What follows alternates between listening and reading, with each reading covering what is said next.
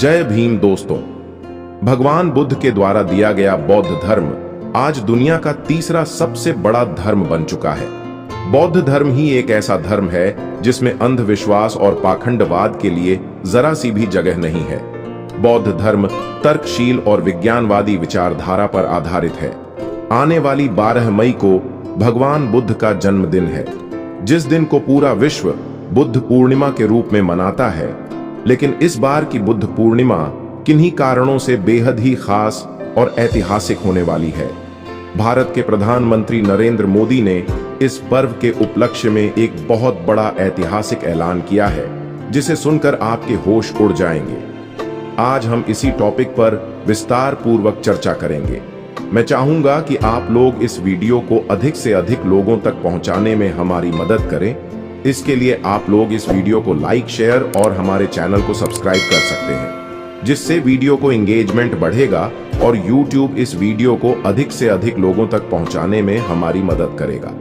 दोस्तों, हम आपको नरेंद्र मोदी के उस ऐलान के बारे में बताना शुरू करें, उससे पहले हम आपको बुद्ध पूर्णिमा से जुड़ी कुछ महत्वपूर्ण जानकारी देना चाहेंगे। बुद्ध पूर्णिमा, जिसे वैशाख पूर्णिमा के नाम से भी जाना जाता है, बौद्ध धर्म के अनुयायियों के लिए सबसे पवित्र और महत्वपूर्ण पर्वों में से एक है। यह दिन भगवान गौतम बुद्ध के जन्म, बुद्धत्व प्राप्ति और महापरिनिर्वाण का स्मरण कराता है। यह त्रिगुणात्मक पवित्रता का प्रतीक है, जो बौद्ध धर्म के मूल सिद्धांतों करुणा, अहिंसा और आत्म जागरूकता को जीवंत करता है। इस दिन की ऐतिहासिक और आध्यात्मिक गहराई को समझने के लिए हमें समय की धारा में पीछे जाना होगा, उस युग में जब सिद्धार्थ गौतम ने मानवता के लिए एक नया दर्शन प्रस्तुत किया। लगभग 563 ईसा पूर्व नेपाल के लुम्बिनी में कपिलवस्तु के शाक्यकुल में राजा शुद्धोधन और रानी माया के पुत्र के रूप में सिद्धार्थ गौतम का जन्म हुआ। यह वह समय था जब वैदिक परंपराएं और कर्मकांड भारतीय समाज में गहरे जड़ जमाए हुए थे, लेकिन सामाजिक असमानताएं, जातिगत भेदभाव और दार्शनिक प्रश्नों की खोज भी प्रबल थी। सिद्धार्थ का जन्म वैशाख मास की पूर्णिमा को हुआ और कथाओं के अनुसार उनके जन्म के साथ ही चमत्कारिक घटनाएं घटीं। नवजात सिद्धार्थ ने 7 कदम चलकर घोषणा की कि यह उनका अंतिम जन्म है। यह घटना उनके असाधारण जीवन की शुरुआत का प्रतीक थी। सिद्धार्थ का बचपन और युवावस्था राजसी वैभव में बीती। उनके पिता ने उन्हें सांसारिक दुखों से दूर रखने का हर संभव प्रयास किया, क्योंकि ज्योतिषियों ने भविष्यवाणी की थी कि सिद्धार्थ या तो महान चक्रवर्ती सम्राट बनेंगे या विश्व को आलोकित करने वाले सन्यासी। लेकिन नियति ने कुछ और ही रचा। 29 वर्ष की आयु में सिद्धार्थ ने 4 दृश्य देखे, एक वृद्ध, एक रोगी, एक मृत शरीर और एक सन्यासी। इन दृश्यों ने उनके हृदय में गहरे प्रश्न जगा दिए। सुखमय जीवन की क्षण भंगुरता और दुख की सर्वव्यापकता ने उन्हें सत्य की खोज के लिए प्रेरित किया। उन्होंने अपने परिवार, पत्नी यशोधरा और पुत्र राहुल को त्याग कर संन्यास का मार्ग चुना। सिद्धार्थ की साधना कठिन और गहन थी। उन्होंने विभिन्न गुरुओं से शिक्षा ली, कठोर तप किए और शरीर को अत्यधिक कष्ट दिए, लेकिन न तो तप और न ही वैदिक कर्मकांड उन्हें सत्य तक ले गए। 6 वर्षों की तपस्या के बाद जब उनका शरीर अत्यंत दुर्बल हो चुका था, उन्हें मध्यम मार्ग का बोध हुआ। यह वह मार्ग था जो न तो भोग में डूबा था और न ही अत्यधिक तप में। वैशाख पूर्णिमा की रात बोध गया में एक पीपल वृक्ष, जो बाद में बोधि वृक्ष के नाम से प्रसिद्ध हुआ, उसके नीचे गहन ध्यान में लीन सिद्धार्थ को निर्वाण की प्राप्ति हुई। वह सिद्धार्थ अब गौतम बुद्ध बन चुके थे, जागृत आत्मा जिसने दुख के कारणों और उनके निवारण का मार्ग खोज लिया था। बुद्धत्व प्राप्ति के बाद बुद्ध ने अपने ज्ञान को संसार के साथ साझा करने का निर्णय लिया। उन्होंने सारनाथ में अपने पहले 5 शिष्यों को धर्म चक्र प्रवर्तन सूत्र दिया, जिसमें 4 आर्य सत्य और अष्टांगिक मार्ग का उपदेश था। यह वह क्षण था जब बौद्ध धर्म का प्रारंभ हुआ, जो एक धर्म से अधिक एक जीवन दर्शन था। बुद्ध ने अपने शेष जीवन में भारत के विभिन्न हिस्सों में भ्रमण किया। राजा रंक, धनी निर्धन, सभी को अपने उपदेशों से प्रेरित किया।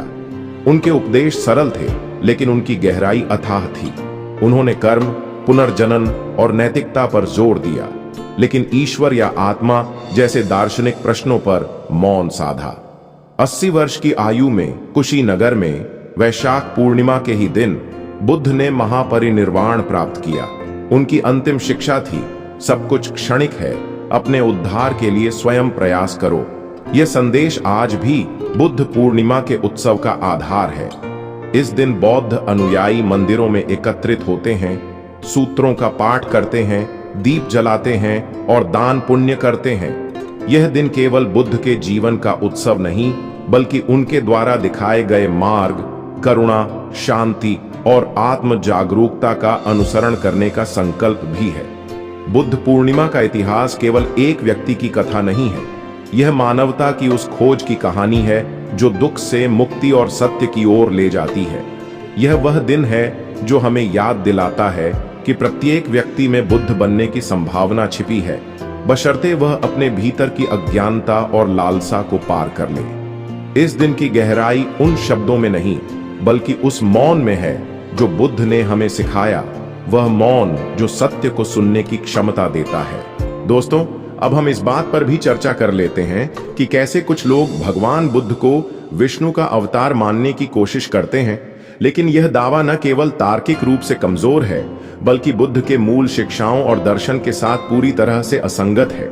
यह विचार एक ऐसी धारणा को बल देता है जो बुद्ध के जीवन, उनके उपदेशों और उनकी विचारधारा की गहरी समझ को नजरअंदाज करती है।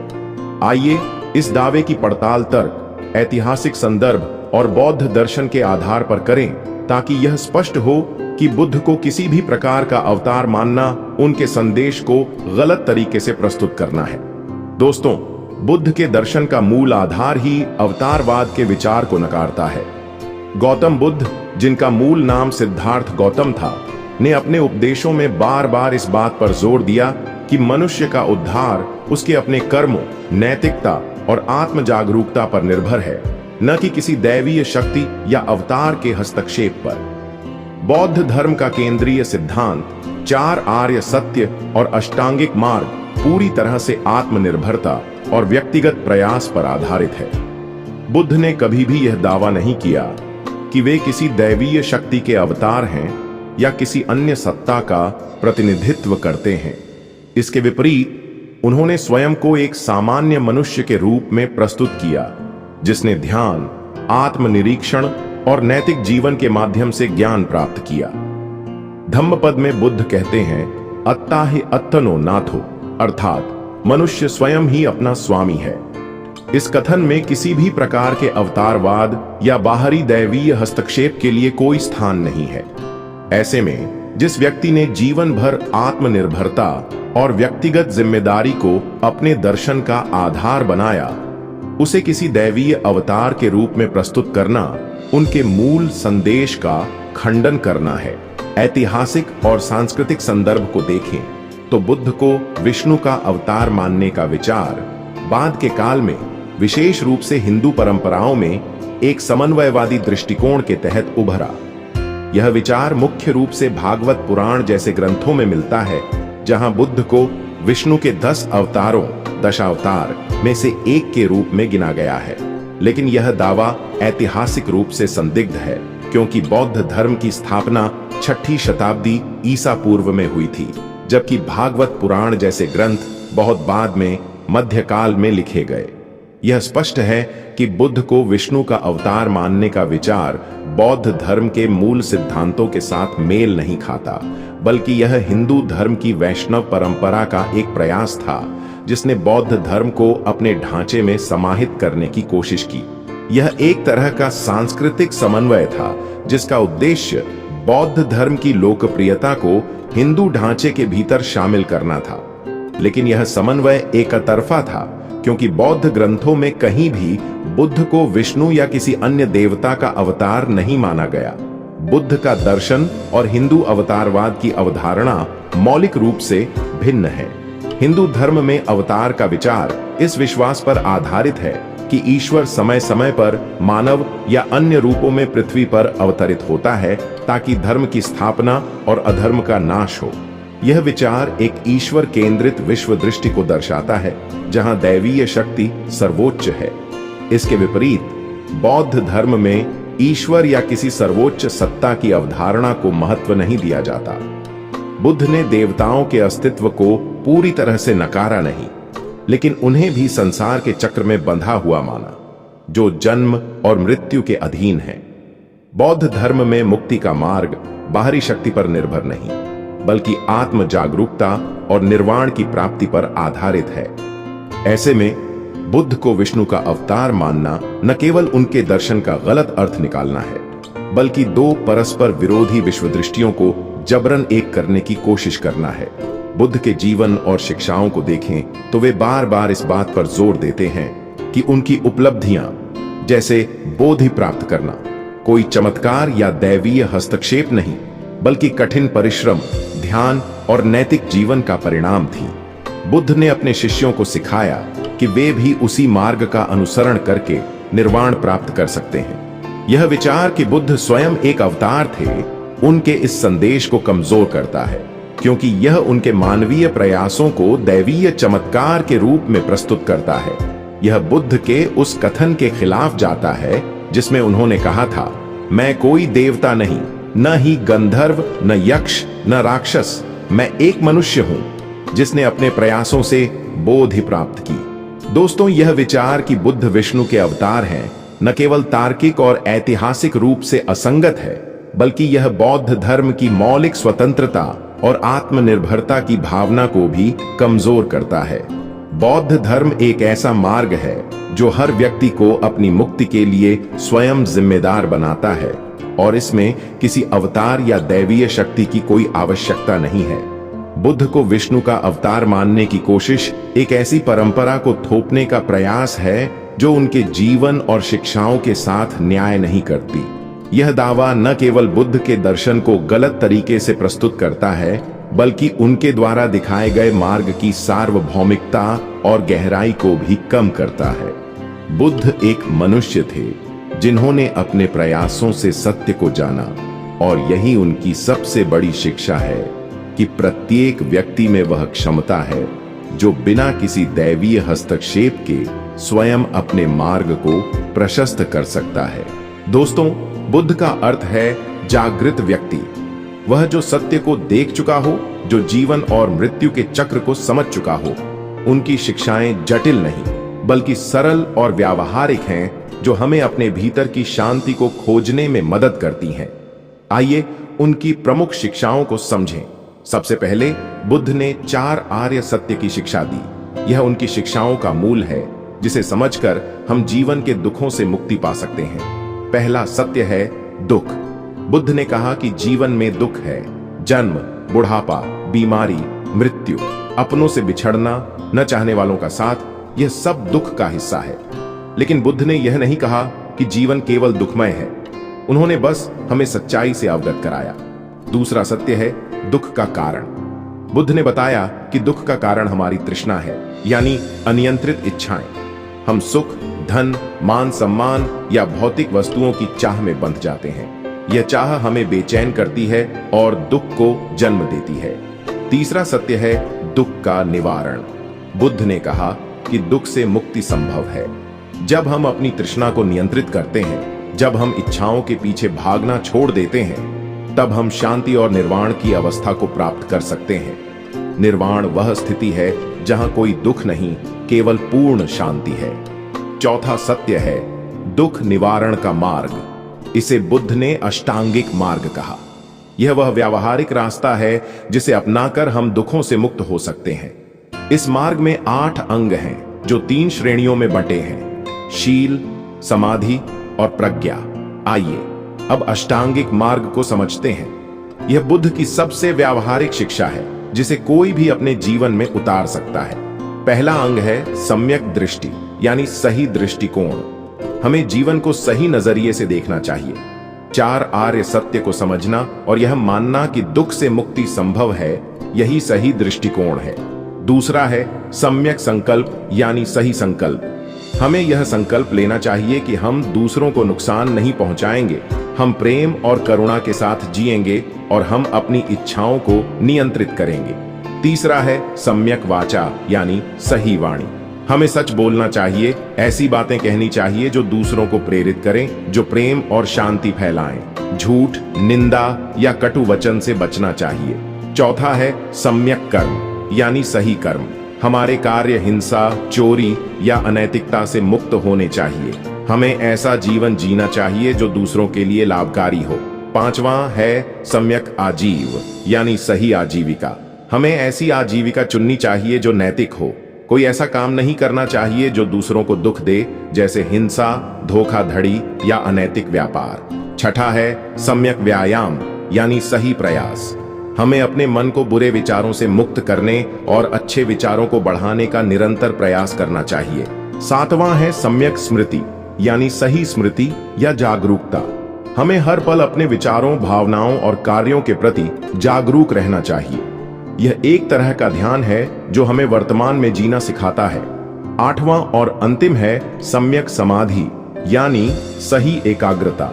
यह गहरे ध्यान की अवस्था है जिसमें हमारा मन शांत और केंद्रित होता है।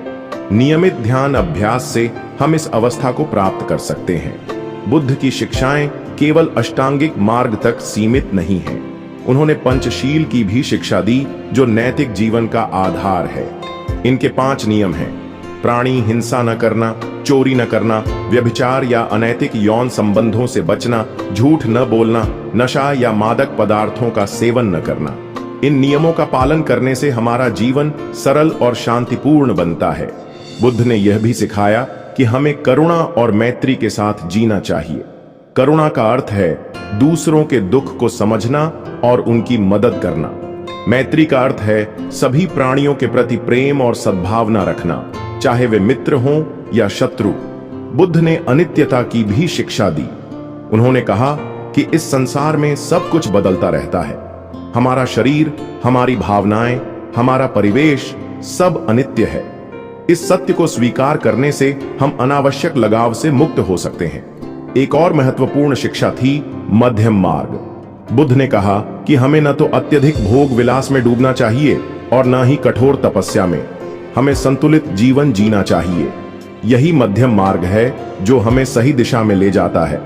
दोस्तों, बुद्ध की शिक्षाएं कोई जटिल दर्शन नहीं है। वे हमारे रोजमर्रा के जीवन के लिए हैं। चाहे हम किसी भी धर्म, जाति या देश के हों, बुद्ध का संदेश हमें प्रेम, शांति और आत्म जागरूकता की ओर ले जाता है। उन्होंने हमें सिखाया कि सच्चा सुख बाहर नहीं, हमारे भीतर है। जब हम अपने मन को शांत करते हैं, जब हम दूसरों के प्रति करुणा रखते हैं, तब हम वास्तव में बुद्ध के मार्ग पर चल पड़ते हैं। तो आइए हम बुद्ध की शिक्षाओं को अपने जीवन में उतारें। हर दिन थोड़ा थोड़ा प्रयास करें, सही वाणी बोलें, सही कर्म करें, अपने मन को जागरूक रखें। यही बुद्ध का मार्ग है। यही वह मार्ग है जो हमें दुखों से मुक्ति दिलाकर सच्चे सुख की ओर ले जाता है। आइए हम सब मिलकर इस यात्रा पर चलें। धम्मो सनातनो, सत्य का मार्ग शाश्वत है।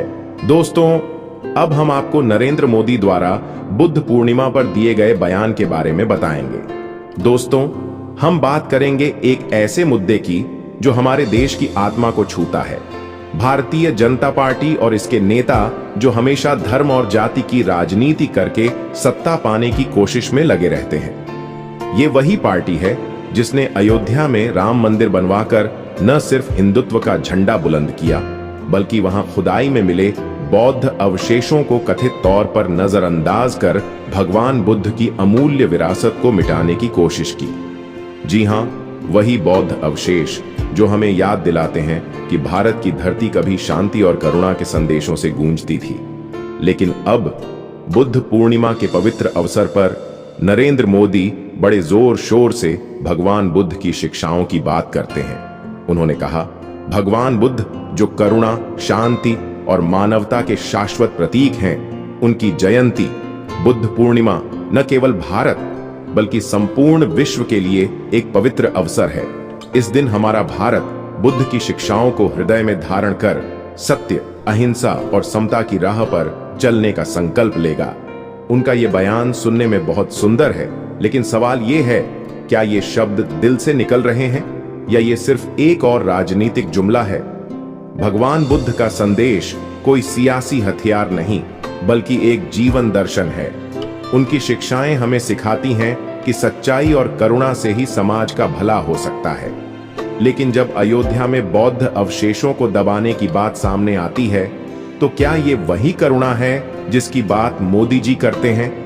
बुद्ध पूर्णिमा का ये अवसर सिर्फ उत्सव नहीं, बल्कि आत्म मंथन का समय है। आइए इस बुद्ध पूर्णिमा पर हम संकल्प लें कि हम बुद्ध के सच्चे मार्ग, सत्य, अहिंसा और समानता पर चलेंगे।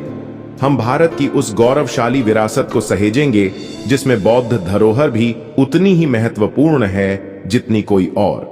ये भारत जो कभी विश्व गुरु था, बुद्ध के आलोक में फिर से विश्व को शांति का संदेश दे सकता है। लेकिन इसके लिए हमें सच को स्वीकार करना होगा, इतिहास को बचाना होगा और हर उस कोशिश को नाकाम करना होगा जो हमारी विविधता को मिटाने की साजिश रचती है। दोस्तों, आपको हमारी यह वीडियो कैसी लगी हमें कमेंट करके जरूर बताएं। हमें आपके जवाब का इंतजार रहेगा। आपने हमारी वीडियो को यहां तक देखा, इसके लिए आपका बहुत बहुत आभार।